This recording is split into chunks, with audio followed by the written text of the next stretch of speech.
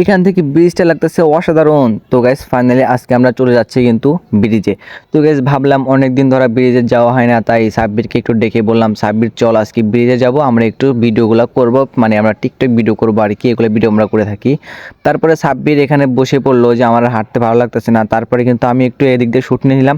দেখো গাইস এখান থেকে কিন্তু আমাদের বাইরে কিন্তু প্রায় দেখাই যাচ্ছে না, দেখো ওই দেখো আমাদের বাইরে কিন্তু ওখানে দেখা যাচ্ছে। আমরা কিন্তু আবার চলতে লাগলাম কিন্তু সামনের দিকে। তো গাইস সাব্বির বলতেছে চল ব্রিজের কাছে যাওয়া যাক, তারপরে কিন্তু আমি সুন্দর করে কিন্তু ভিডিও করতেছি। দেখো গাইস কত সুন্দর আমাদের চড়াটা যখন সরিষার ফুল ছিল তখনই কিন্তু অসাধারণ লাগে। এবং দেখো সাব্বির কিন্তু এখানে কিন্তু হ্যাপসা এসেই কিন্তু প্রথমে কিন্তু বসে পড়ছে, তারপরে একটু সাব্বিরকে একটু ভালো করে শুট নিলাম। তারপর দেখো গাইস এখান থেকে যদি একটু ক্যামেরাটা ধরি, অসাধারণ ভিউ গাইস, আমার তো অনেক ভালো লাগতেছে। দেখো গাইস এখান থেকে জাস্ট ভিউটা দেখো তোমরা, এত সুন্দর ভিউ গাইস কোনোদিন হয় না। দেখো আজকে কিন্তু অসাধারণ ভিউ। তারপর চারপাশে কিন্তু ধানের চারা লাগাইছে, এতে কিন্তু আরো সৌন্দর্য বেড়ে গেছে। তো গাইস তোমাদের এই সৌন্দর্য কিরকম লেগেছে অবশ্যই কিন্তু কমেন্টস করে জানাবা। আর গাইস দেখো আমি আর সাব্বির কিন্তু এখন কিন্তু টিকটক করবো, তার জন্য কিন্তু আমরা কিন্তু আজকে চলে এসেছি এই ব্রিজে গেছে।